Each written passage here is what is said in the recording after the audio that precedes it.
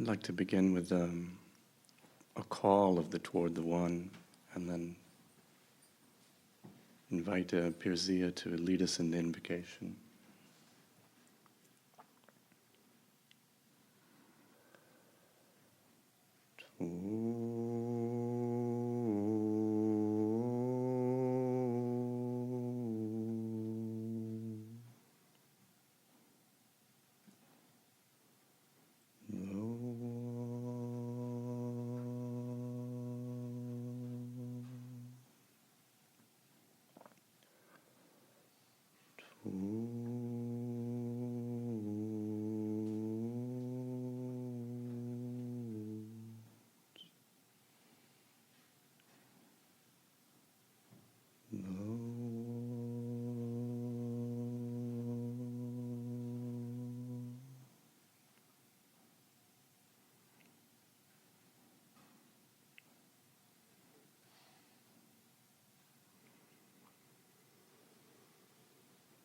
Toward the One, the perfection of love, harmony, and beauty, the only being, united with all the illuminated souls who form the embodiment of the Master, the Spirit of guidance.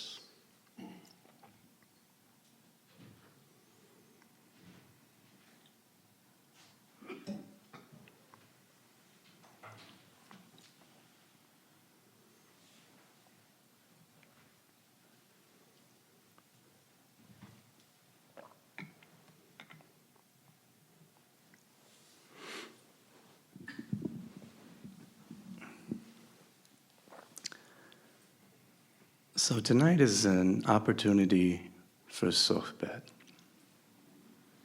And for anybody who doesn't know the word, its literal meaning is companionship, fellowship, spending time together. It's come to have a connotation of spiritual conversation and takes various forms. Sometimes it's a talk from the teacher to the murids. Sometimes it's a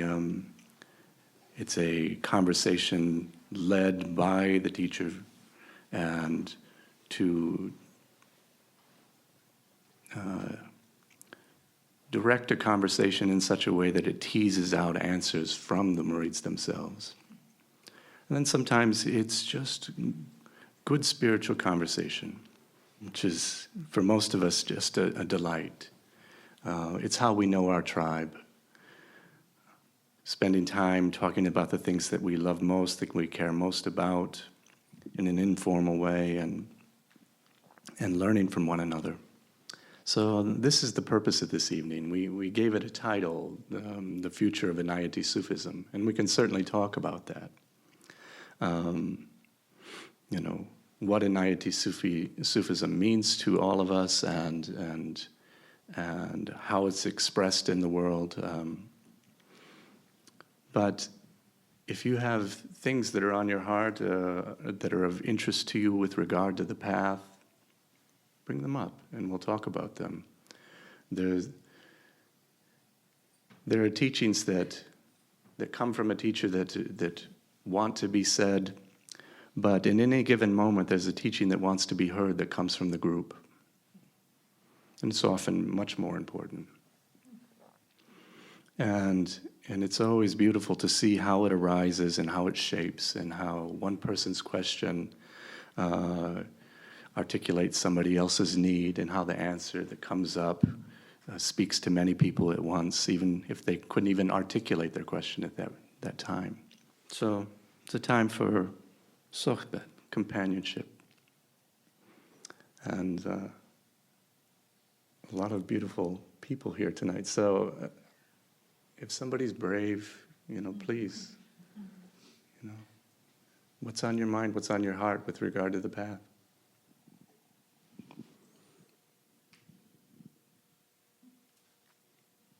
Spiritual seekers without questions. Do I believe that?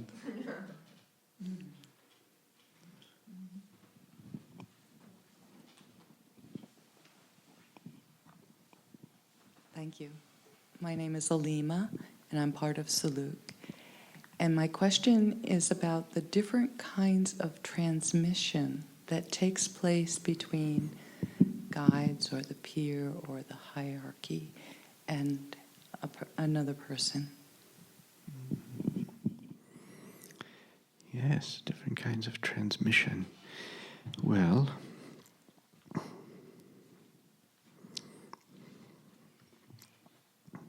first of all, there is what you began by speaking about, which is Sohbet, and I appreciated your explanation of it.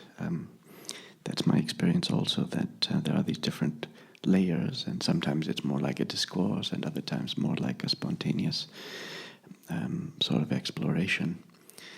But that sense of companionship, that itself, I would say, is a transmission, and perhaps very much a foundational one. And it includes the guide and one who receives guidance, and in fact all of the fellows of the way.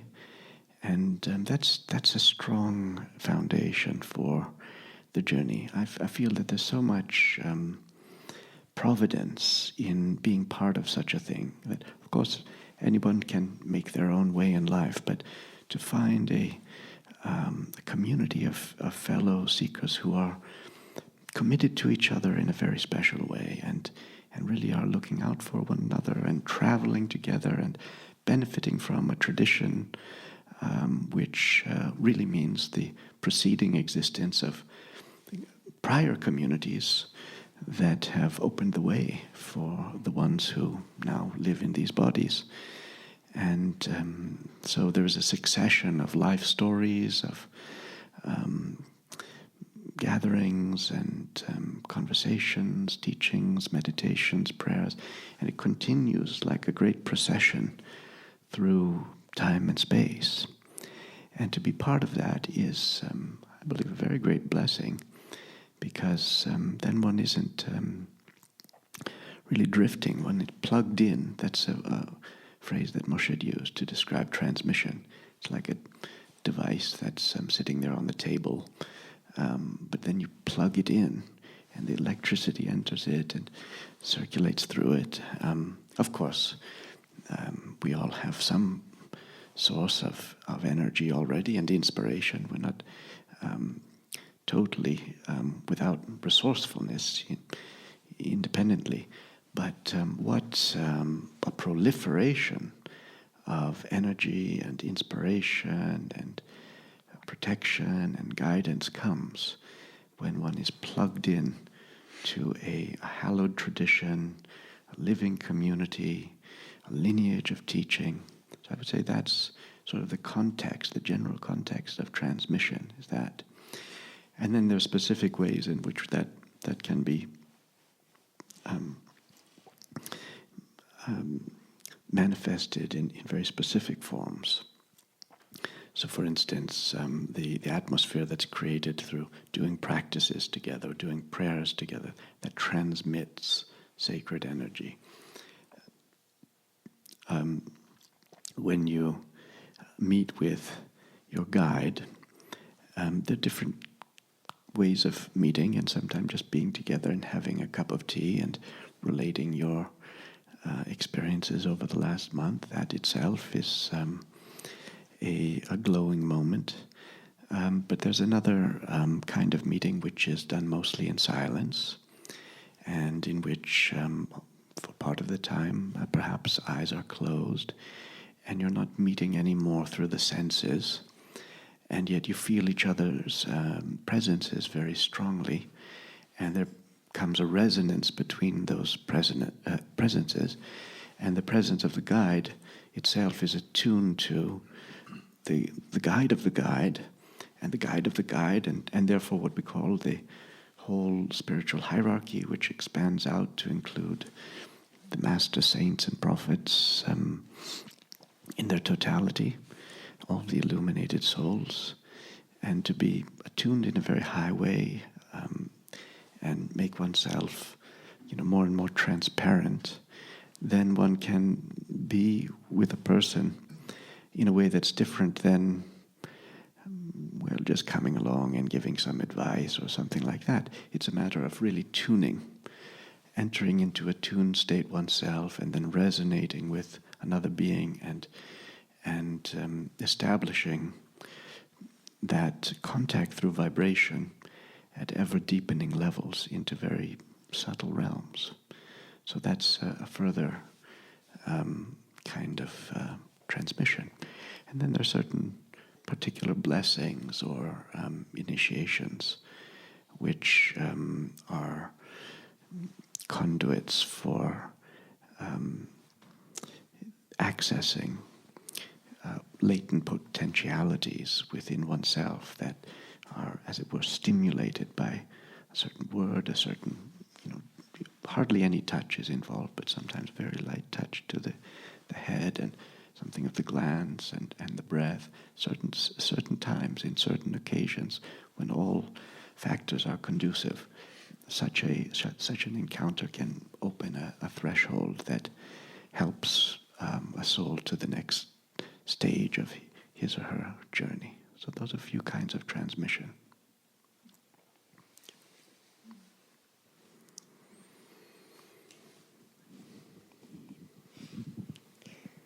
First of all, thank you for doing this. It's like a wish come true. Be careful what you wish for, because it might happen. So we're here chatting. I love it. So this isn't meant to put you on the spot.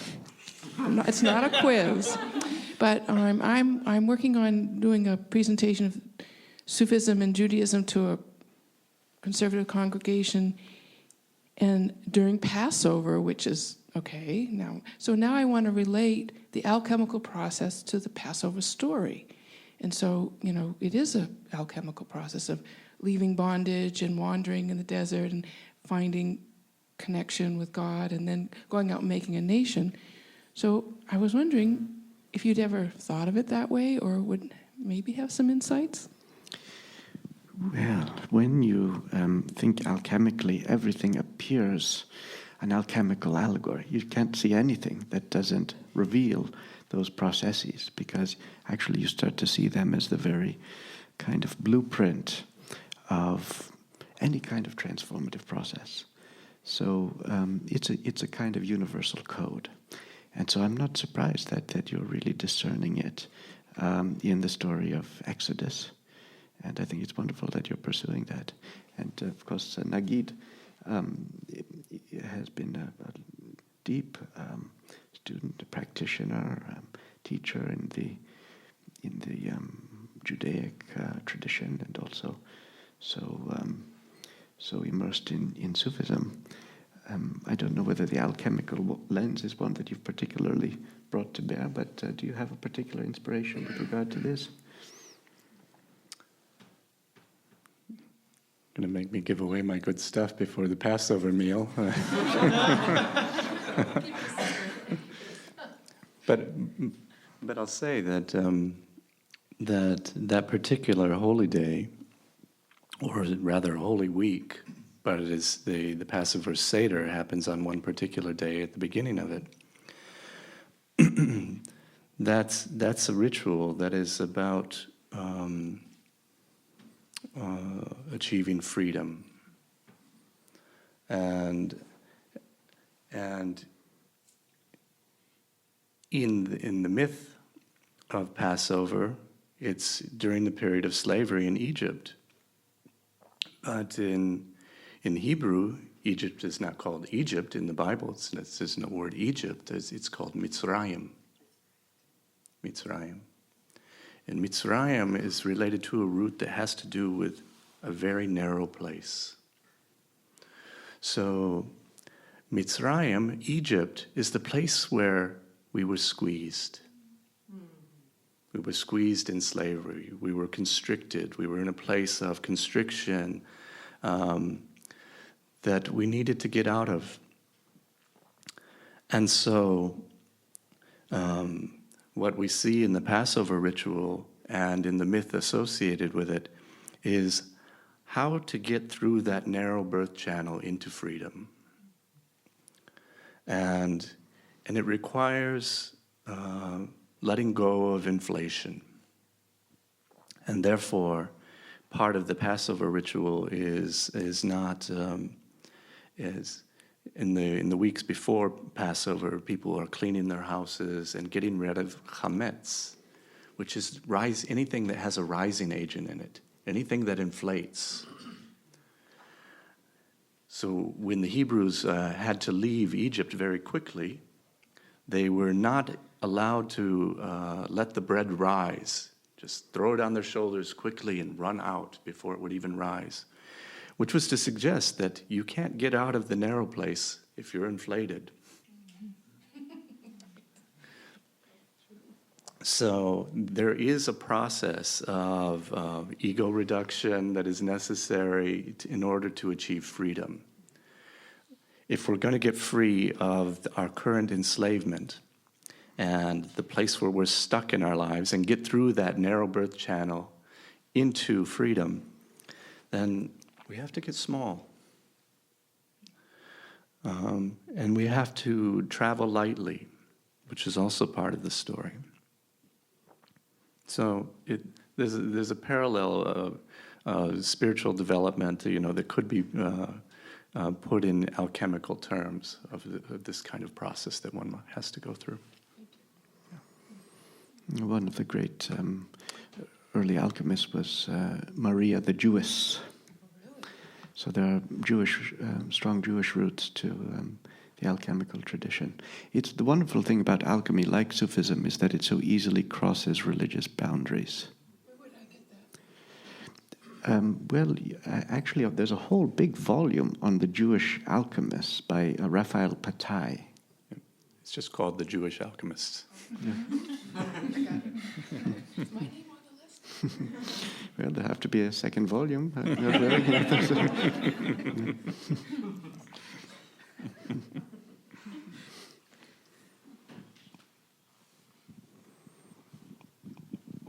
I have a question following up on that, which is when I hear stories like passing through the narrow birth canal into a place of freedom, or any other sort of mythical transformative process, I think I want to latch on to trying to always be in the place of freedom, and that the birth canal is like not where I want to be, and that if I feel myself back in the birth canal, that I'm doing something wrong.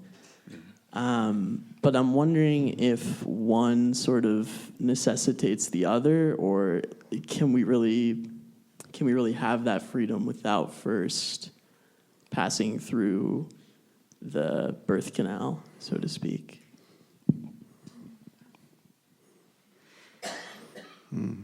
What you say reminds me of a verse of Maulana Rumi, where he is speaking about childbirth and how simultaneously the mother is crying out, "Help, help, where is my refuge?" She's in a lot of pain, of course. And then meanwhile the child is laughing and yelling out, "Freedom is mine."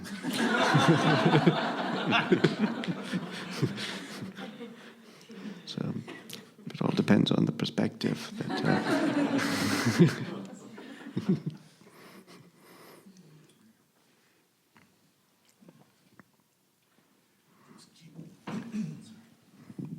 Stick with the topic that we're going with.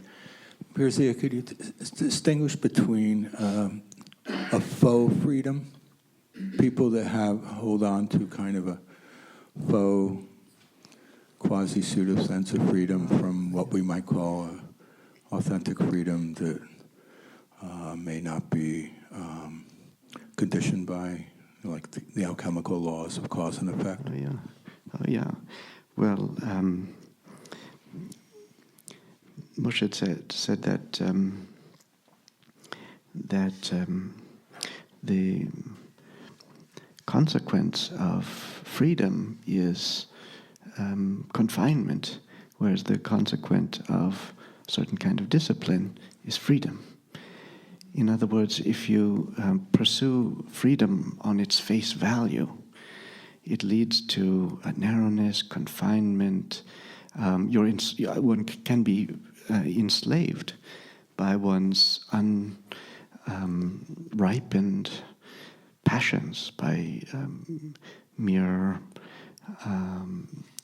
whimsies, by impulses that are totally tangled up and misaligned and confused, and the result is that you are easily subjected to the kind of forces that I think you are constantly contending with. Because if you're always hungry for the next little fix, well, you're easily addicted. You're easily reeled in like a fish by those who would like to,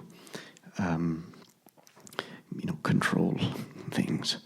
So it's easy to control people who are very predictable and always make choices based upon very immediate self-interest or based on fears. Like you can raise the specter of an enemy, and then you can really control a society because that enemy is at the gates, and unless you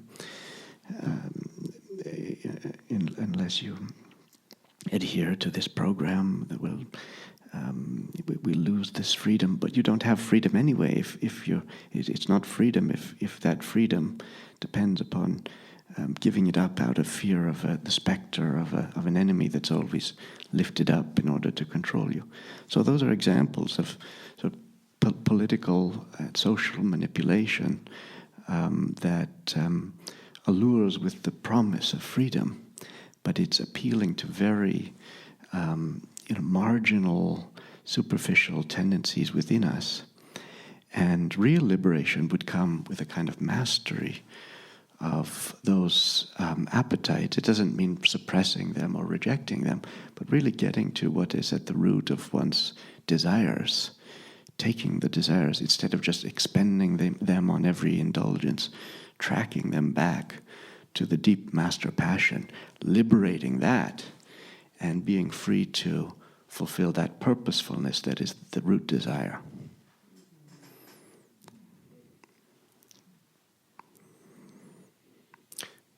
Your thoughts on this, Nagid? Anything to add there?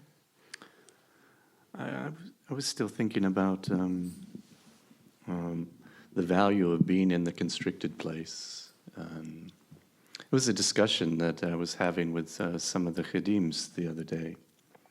We were talking about, the question was arising, how can I find a way to navigate smoothly through transitions?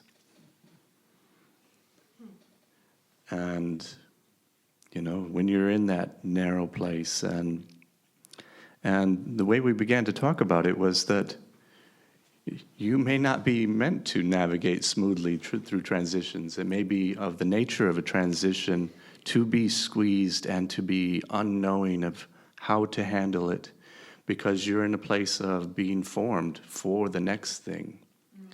And while you're in this formation process, you don't know who you are or what you are. You're learning that in that moment. And in terms of, always wanting to be in the free place, we don't know what freedom is until we know what it is to be constricted. And learning the value of being in transition, and I don't know if one can navigate it smoothly. It may be that that's the place, to go back to the alchemical metaphor, that's the crucible in which we're melted down and are eventually reformed. But we also get to know ourselves in that process when we're in extremis. There are things we never know about ourselves until we're in extremes. It's a kind of place of always finding out what your real character is, how you'll act when you're in that extreme place, and you face often your your ugliest self in that place, and that's valuable too, because when you know it and it's not in shadow, as it were, behind you. When you come forward holding that, you're a person that is, by definition, more whole. So I think that there's a great deal of value in being in that place. And it's hard to know it while you're in it. But when we step out into freedom afterward, I think it's good not to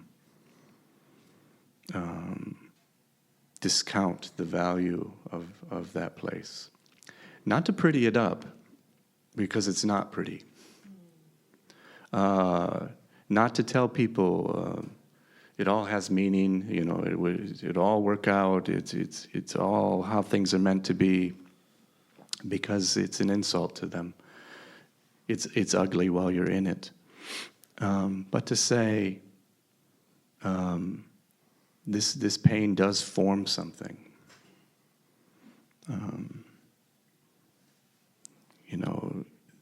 The pain that's experienced in that place feels so extreme, and it feels like it can't be held. It's because you're being stretched beyond what you were. And often emotionally, literally emotionally stretched. You're being stretched. And what happens with stretching is that there's more capacity afterward. But in the moment of being stretched, you don't know that it won't end your life. That you don't even know that you can bear the pain. But afterwards, you find that you can bear something that you couldn't bear before, and then you know the value of having been in that place. But it didn't feel good. It's just that you know the value of it. And as much as you can do, I think, is sigh, appreciate the value, and maybe sigh with somebody else who's going through it and say, hopefully you'll find value in this in the end, afterward. I don't know, that's what it makes me think of.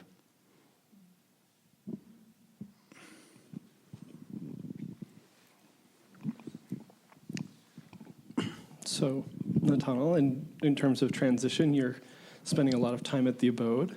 Bawa, you're getting ready to transition down to Richmond. I would love to hear kind of, in terms of this conversation, how you're seeing transition showing up and what sorts of things, based on the past few moments, are you finding in those two transitions?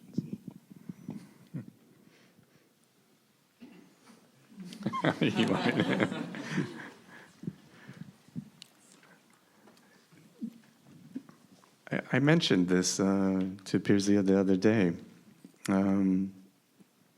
that part of the transition for me is having been the head of a small lineage in Boulder, Colorado, and being largely on my own, and whatever I think to do is good, because there's nobody else to tell me any different. And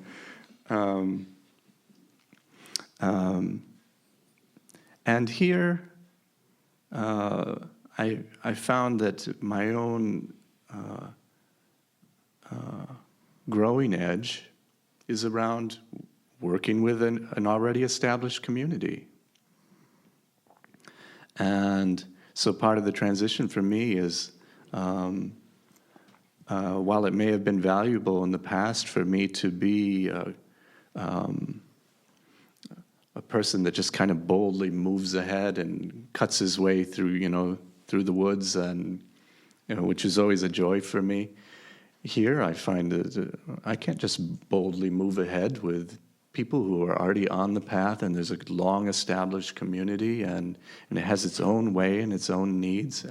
And so for me here, my growing edge and transition has really been about, how do I work with that and serve the needs of that community, which aren't about me, really. How to become a servant to the needs of the place, and invest in it and help it grow again, and find a new relationship for myself with my own, with the Sufi path as I know it, and I'm coming into a new relationship to it by virtue of being in relationship to all of you, and sometimes it's challenging, but it's also a joy because it's brought just so much diversity. All the interactions are a joy, and everything is new and fresh, and it's like falling in love, where everything's new and has a great fragrance to it. But it's definitely been my growing edge, and that's been my transition, coming from a place where I'm doing everything solo and have so much freedom to move in any direction, then to learn to work with constraints in a really beautiful way. Because everything that I was doing in Boulder was kind of de novo. Everything's fresh. I can work in any way I want because there's very little Sufism there. And here, I'm in the place of the tradition. And so now I'm finding myself in that. And it's a joy and a challenge. Well, so interesting to hear you put it that way, because it makes it so clear that in a way we're trading places. I was thinking that. Yeah.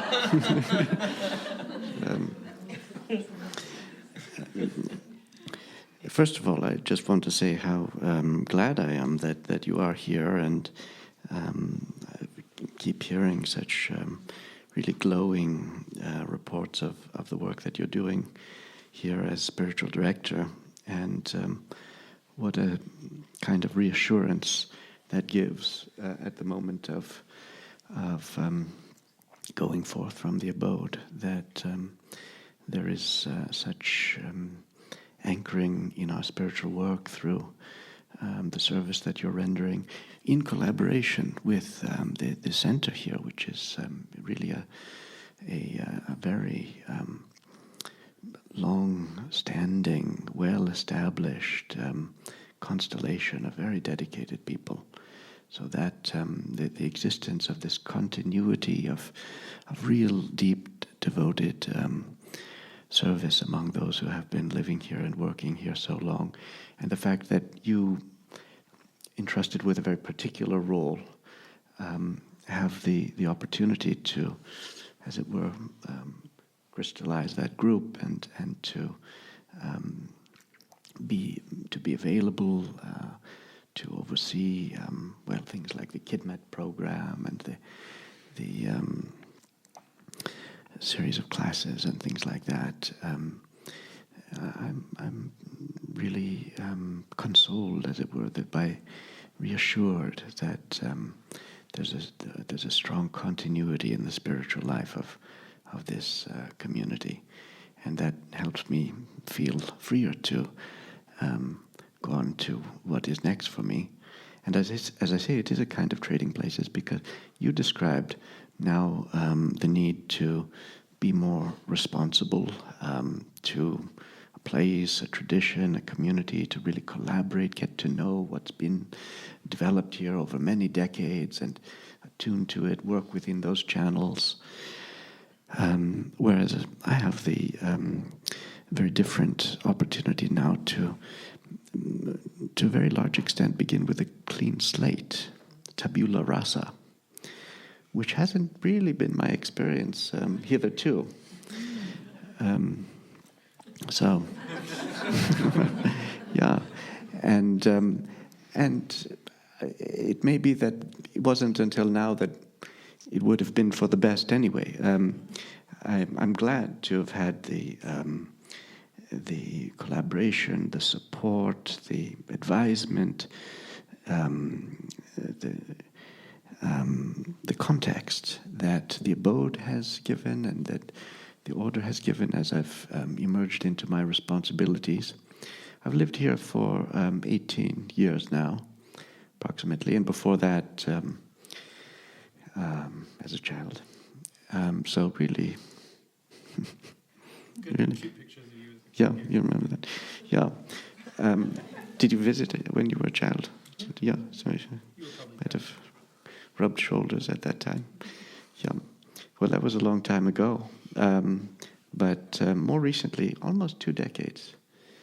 And so, I don't know, are there any Abodians who have, yeah, there are, yeah, of course, Sarfraz is right, there are some of us that have been, yeah, Nizam was here when I came, there's some in the room that have been here that long, but it's a long time. And so, you know, when I came and I found Sarfraz was there, and Nizam was there, Rabia, Longworth, and Aftab, and there really was, you know, a wonderful group, and so simply with the long-standing atmosphere here, all of the sacred sites and the precedents established associated with the buildings, the meditation hall, the ways that the prayers have been done for so long, there really was a good container. And so it was I was more or less sent here by my father. I had finished my coursework for my graduate studies and was newly married and had a very young child. So this was such a good place to come. Now, my father was still living, but he, at that time, he turned over to me responsibility for North America. He remained responsible worldwide, but he entrusted me with care for North America. And so it just was perfect, really, at that time to come here with my family, to live in the house that we had lived in when I was a child, to have the space to start to build up Saluk. This is where Saluk, when and where Saluk began. And we had a gathering of different teachers in the order, like very experienced, very long-standing teachers, well-known teachers. And we had a conference at the abode in the library. And it was an interesting conference. You could already tell who was going to go their separate way and who was really going to stay with the order. And among those for whom it was very clear they were going to stay, we started to work together. And then we had a whole long series of meetings and conversations to, reflect upon Moshe's teachings and what was important to emphasize and so forth. Out of that, then Saluk was born. Saluk Academy, yeah. And then it was in the first class. Was it I think the first year of the first class, then I got news.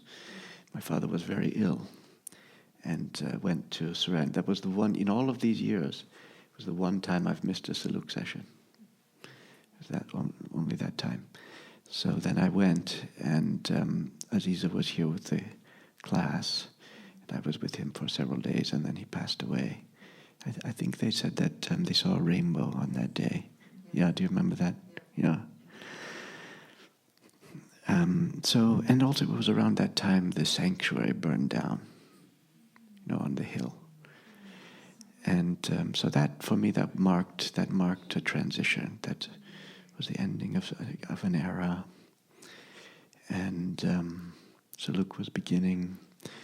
And so the abode was a wonderful place for me to commence my work. And it really was a microcosm of the order in a way, a place that people from all over the order would visit or stay. And at the same time, kind of very heavily imprinted by a lot of history. So it's so much different from the kind of unformed, in a way, state that you had access to in Boulder, where it was really yours to create. Very different from that. And so one of the things I've learned over the years, or developed anyway, is a way of working that's very consultative and hopefully very inclusive, working with different groups of people and trying to bring them together and really looking for common consensus as much as possible. And when I'm interested in bringing about a change, to do it sort of slowly. I haven't been one just to sort of lay down the law and change everything. Usually working incrementally. And that involves a lot of patience. And there can be kind of a lot of negotiations around things. Sometimes, there's an extreme in everything, that you can go too far in that direction too, and just get bogged down in committees, and then the inspiration can just fizzle away. I mean, the benefit of that way of working is it's really considerate and mindful of all of different people and groups and so forth. It's a way that is very careful and reassuring, and I think that there'll be beautiful aspects to that. But then sometimes in leadership also, you've got to be prepared to do something unpopular and just go forth, and because you feel so strongly the compulsion of it. So I suppose I've done such a thing, but not very much, I don't think. So most often I just sort of be patient and gradually try to steer things in the way I would like. I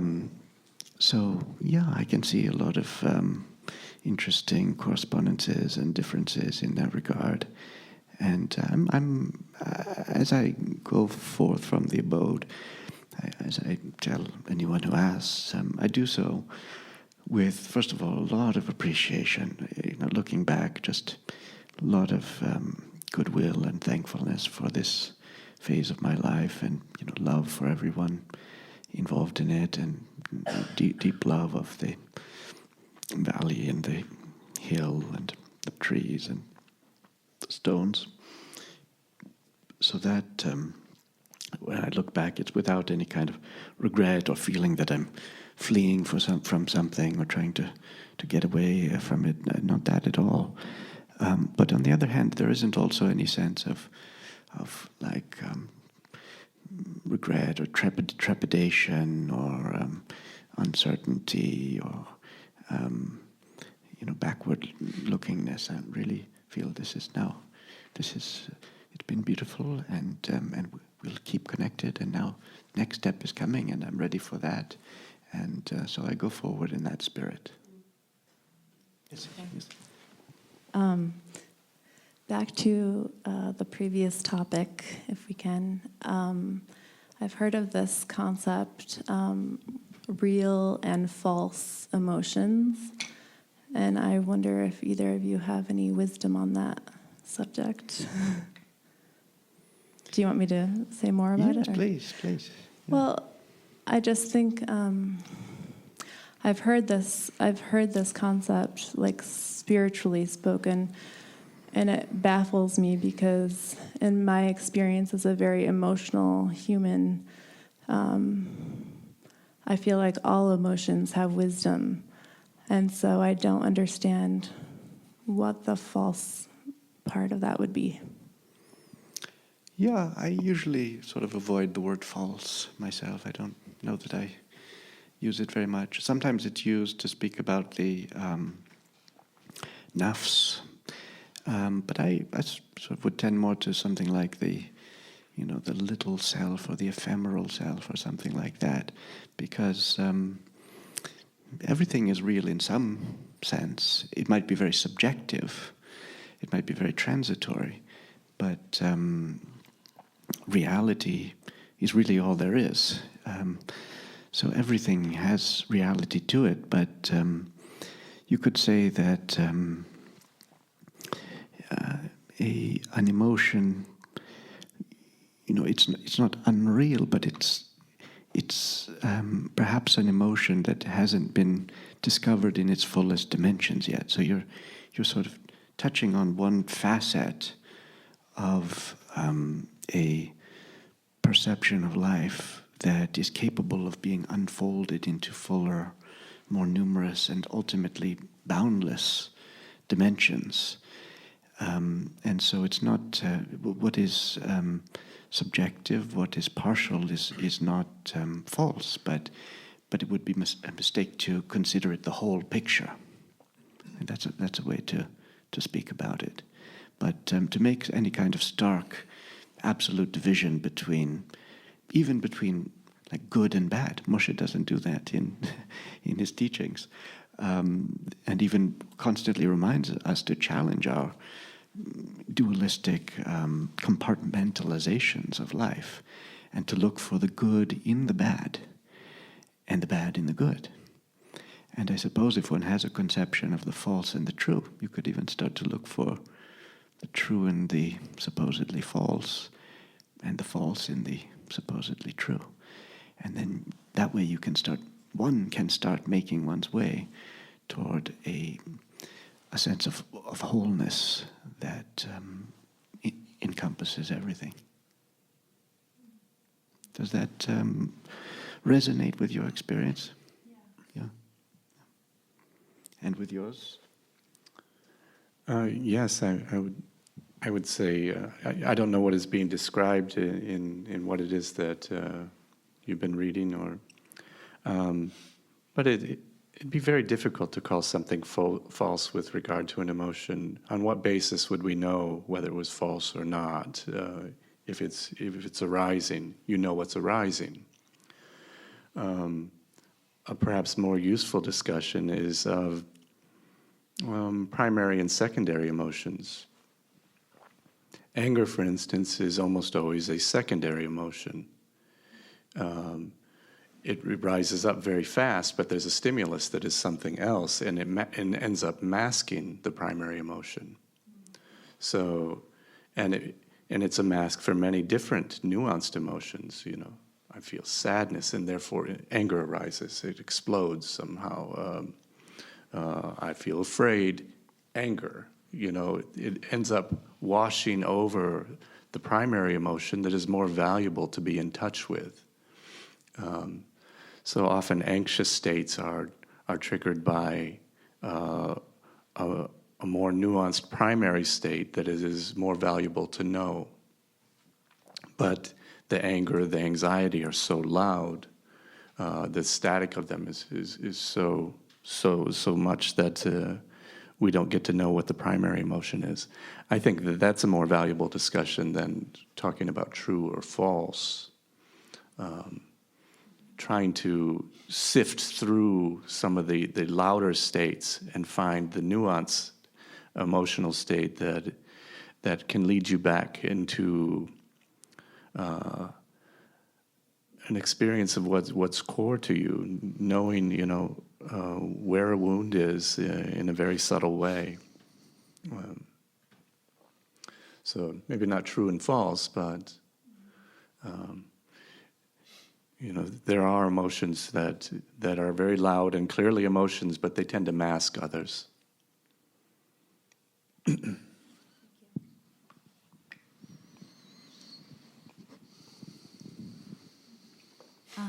You mentioned duality with emotions, and I wanted to talk a little bit about duality with God, and ask you guys to discuss how God it manifests not just always a pleasure, but there's times in life when it can be quite challenging, the trials that we're put through, or the different aspects of God, like the power, or the subduer, or the just. I mean, it can be. I guess I wanted to talk a little bit about the temptation to want to see God as just this sweet, lovely experience, and how do we make sense of all those different sides? Yes, so could you take your question maybe one step further and we'll relate how you would answer your own question, really. How do you reconcile that in your experience? Well, I think for me, I do feel the different sides, but I'm a little concerned sometimes that I'm spending too much time with like the more difficult stuff, and it's like especially doing all of this spiritual work. Like we want to love God, we want to there's so much talk of the sweetness of God, and I love that too. But how like sometimes it can feel like it's not as integrated in the way we look at it on the spiritual path. I hope that's making sense as a question, but just kind of wanted to hear a little bit of a teaching around that topic or to help clarify that. Yeah. Well, of course, in Sufism, the names are divided into two essential categories. One is Jalali, and the other is Jamali. And the Jamali names are intimate and sweet and nurturing and generous and caring. And then there are, as you say, those names which are majestic and terrible and awesome and mighty. And I suppose that to understand this, we have to understand something about our own nature. For instance, would you wish to live in a very cozy cabin, sitting beside the fire, eating sweets, and totally impervious to the elements, blanketed in just the gentlest, softest touches, and swathed in everything that is soft and sweet. And at last you rush out the door and slam the door and run out into the wind, and your hair would be streaming, and run up into the mountains and look out over the abyss and gaze into the night sky. You'd have to get out of that sweet place. But on the other hand, if you're out there hanging from a crag, night after night, and there's thunder breaking around you and earthquakes, well, you'll be very grateful to have that little cabin to take refuge in. And so we see in our own, predilections, we have that kind of a dualism. And the best way to know God is to know yourself. You know that you have to have both aspects in your life. You want safety, but you also need some risk. You need a bit of both. And actually, mythologically, a great archetypal representation of that is in the figures of Shiva and Parvati. Because if you look at Shiva, he's this kind of fearful yogi lord, smeared in ashes, drinking out of a skull. He's got dreadlocks. He's got a cobra around his neck, which has bitten him so many times he's inoculated. So he's truly kind of terrifying figure. And his wife, Parvati, is so sweet. And she has somehow managed to domesticate him and bring him down from the cosmic heights to hearth and home, and make a proper husband of him. So he's, in a way, he's been this Jamali aspect has been introduced into his being, but at the same time, Parvati has in her an inner Kali that comes out sometimes and is full of this wrathful enthusiasm. So each of them, on the surface of it, represents one aspect of the polarity, but each of them have the other aspect within them, and because of that, they harmonize and show us the wholeness of life. And that's symbolical of the divine nature.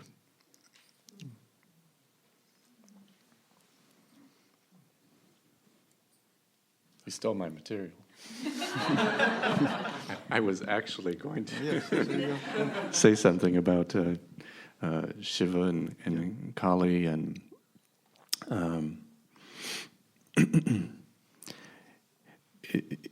in the Hindu tradition, this is very well illustrated. This notion of many traditions will often get into a picture of painting a picture of a good God. And it's not that it doesn't exist, but it's not existing in its fullness. If God is God, then God is the totality of being. And this is what happens in the Bhagavad Gita when Krishna, taking the form of a charioteer and instructing Arjuna on the field of battle and why he must do his duty, and he's troubled, that on the other side of the battle lines are his cousins and brothers, and this is a family war, and maybe he shouldn't be fighting in it.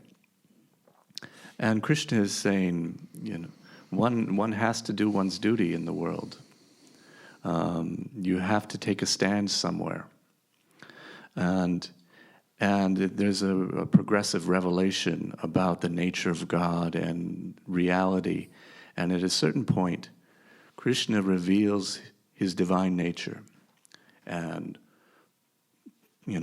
removes the scales from Arjuna's eyes, or it tears the veil and allows him to see reality as it is. And he witnesses the totality of being, and he sees a kind of conflagration of all the forces of creation at work before him at once, the beauty of lovemaking and flowers, and also destruction and the horrors of the world, and they're all there at once in the field of his vision, and he's overwhelmed. And this is the totality, the beauty and the ugliness, all in a cosmic soup. And he has to come to terms with it. And likewise, struggling, even in a tradition like Sufism, which is so much oriented to love, that love is not all sweetness. The tradition doesn't paint that picture at all. And I've thought about that, looking at the figure of Kali, from the Hindu tradition. This goddess who's worshipped with devotion, and she stands there in her black nakedness, with skulls, a string of skulls around her neck, and a kind of skirt of human hands, and almost blood dripping from her mouth, and I thought, what does that have to do with love? And how can you be a devotee of such an image? But I think that's part of the reality of life. I think we meet that a lot. And I think the divine appears to us that way in many things that we meet in life, and says, and can you love me like this? Is your love for the world only for its beauty and sweetness? Or will you embrace all of its reality just the way it is? Take it as it is and still feel love for it. And I think that that's a great challenge of maturity for us, to love God in all the forms in which God appears to us. Okay, so here's a different question.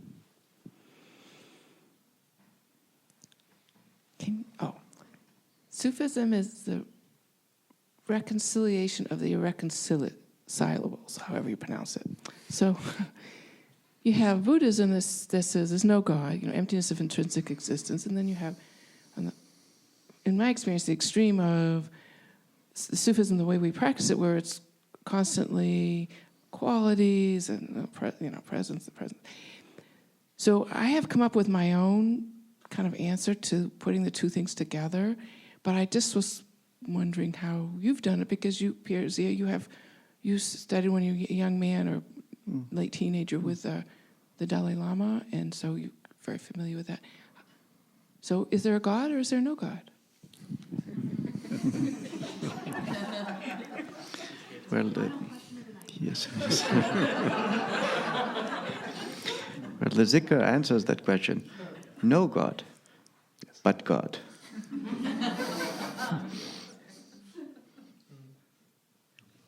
So to me, there's no God, and then from that no Godness is like all the latent qualities, and then they come out, and so we worship the qualities because they're more tangible. But to me, the real essence is no God. That's my current. If that's your current state, that is your current state, and that was the state of Samad, at least for a time, when he wandered the streets of Delhi, saying La ilaha, La ilaha, La ilaha, La ilaha, no God, no God, no God, and a cleric confronted him and said, "Well, why don't you finish the phrase?" He said, "I'm not there yet." So,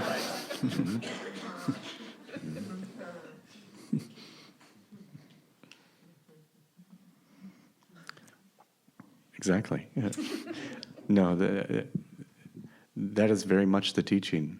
That La ilaha illallah, La ilaha. As Sufis, we recognize that. No God. It's one aspect of reality that we have to come to terms with.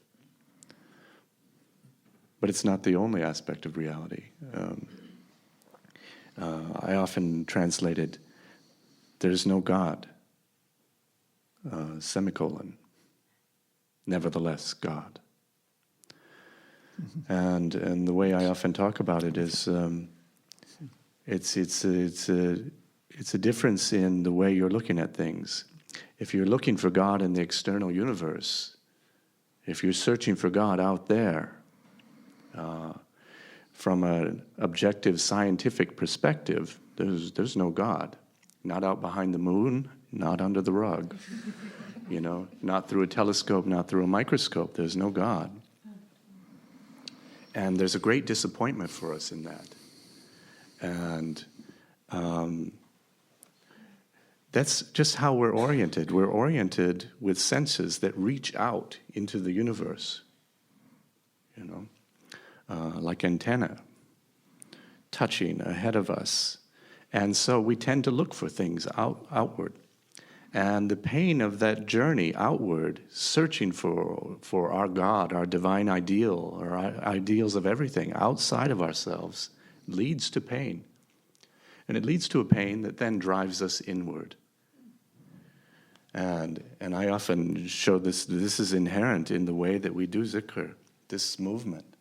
La ilaha. You can't do it with the microphone.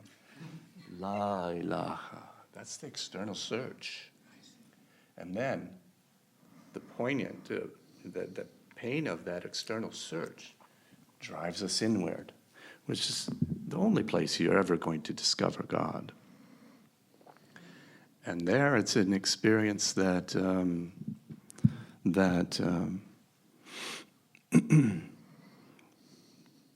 that rises to the level of something that can be called faith.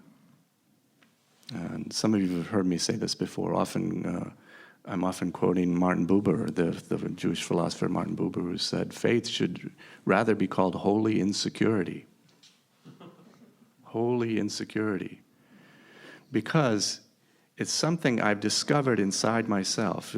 I've had an experience, I have a longing, I have a sense of the sacred coming from within, which I cannot prove to you, I cannot demonstrate to you that it's true, but which I cannot deny to myself. That would be ridiculous. On what basis would I deny that I've had an experience?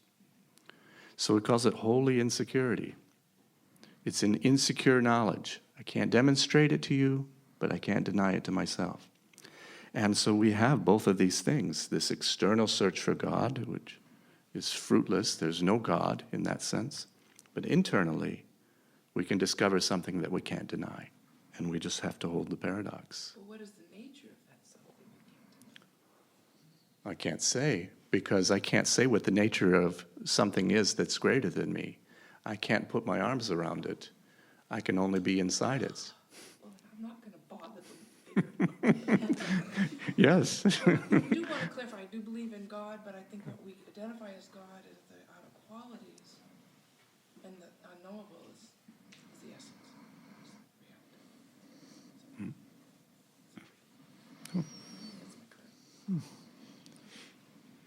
Do we have time to hear about the Dalai Lama? Do you have a question? Yeah, Well, yeah. she started to ask Yeah. your time with the Dalai Yeah. Lama. Mhm. I've always been so curious what that was like for you.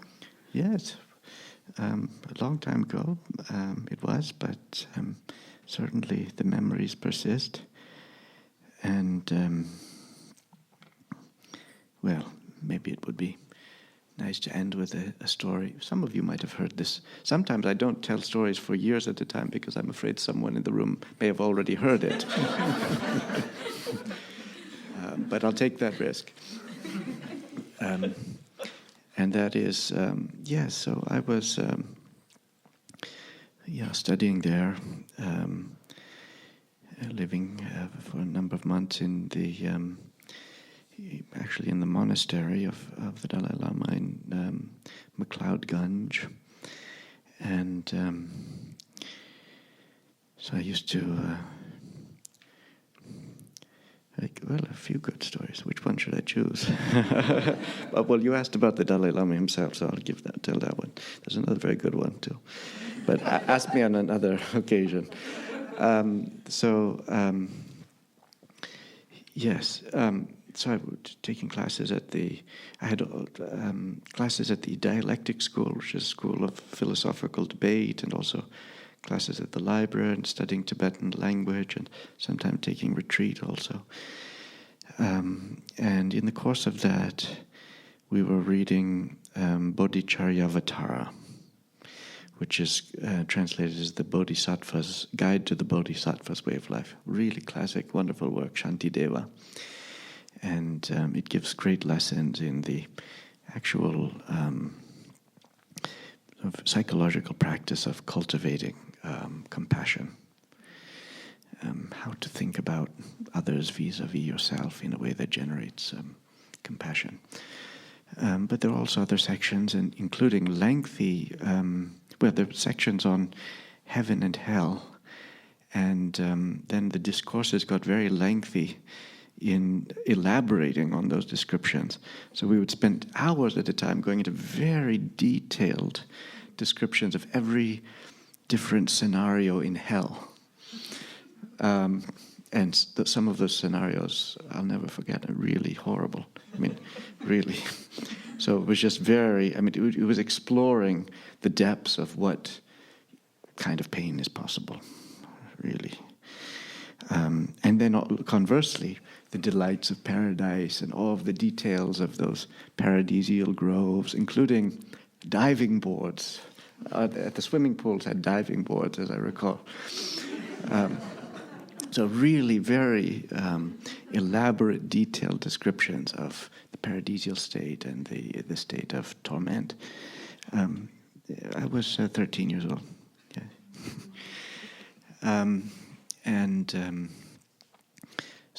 But then something that the teacher said, he said,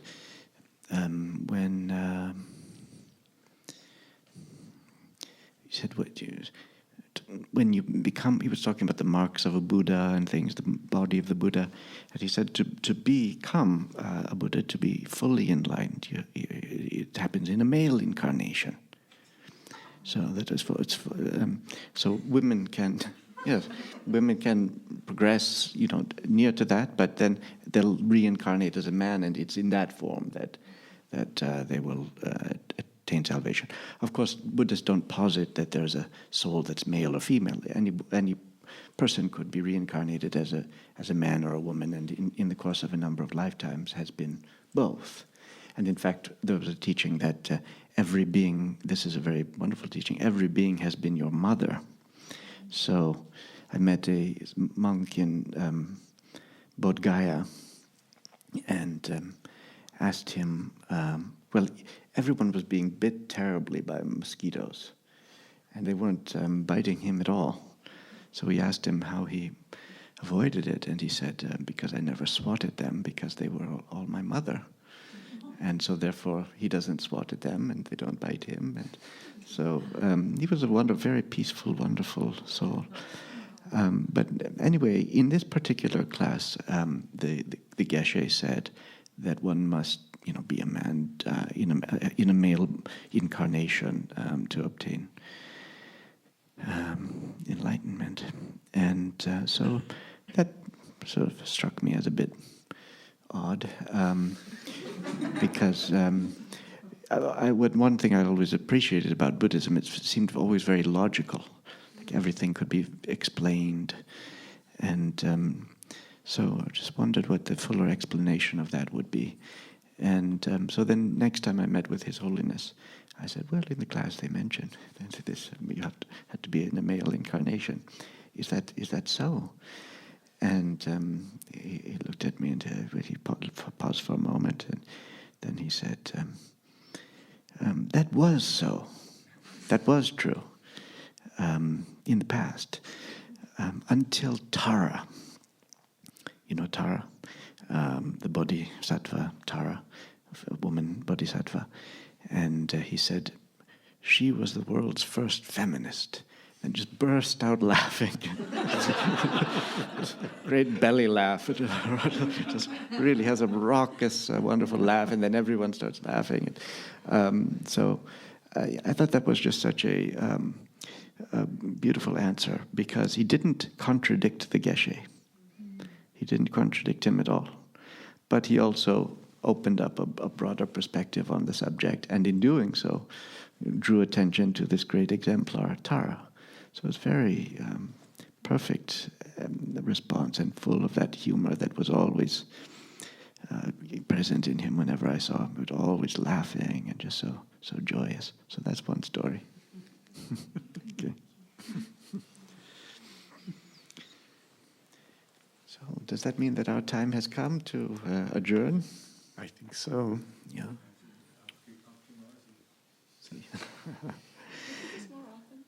Yes, well, inshallah. And my sense, getting to know Nagid, is that he very much works this way. You have a lot of really conversational style gatherings and things, oftentimes, isn't it? So that's something that for everyone here to really look forward to. And I like it too, but sometimes I have so much to deliver, so to speak. In other words, especially in Suluk, you've got it used to be 4 years. I'm trying to pack 4 years into 2 years. Yeah, so it's very methodical and systematic that way. And yeah, but I really also enjoy the kind of meandering way also. And we used to have a lot more of that in the 4-year course. So what a pleasure it's been to speak with all of you, and to wonderful thoughts and questions, and well, most of all, Sohbet, that is to say, good fellowship, the companionship on the path. And so may that continue in all kinds of settings, in all different places and times in the year to come. May we find ways to keep traveling together and keep sharing this good fellowship. Inshallah, Ameen. So, shall we close with the prayer khatum? O Thou, who art the perfection of love, harmony and beauty, the Lord of heaven and earth, open our hearts that we may hear Thy voice, which constantly cometh from within. Disclose to us Thy divine light, which is hidden in our souls, that we may know and understand life better. Most merciful and compassionate God, give us Thy great goodness. Teach us Thy loving forgiveness. Raise us above the distinctions and differences which divide us. Send us the peace of Thy divine Spirit, and unite us all in Thy perfect being. Amen.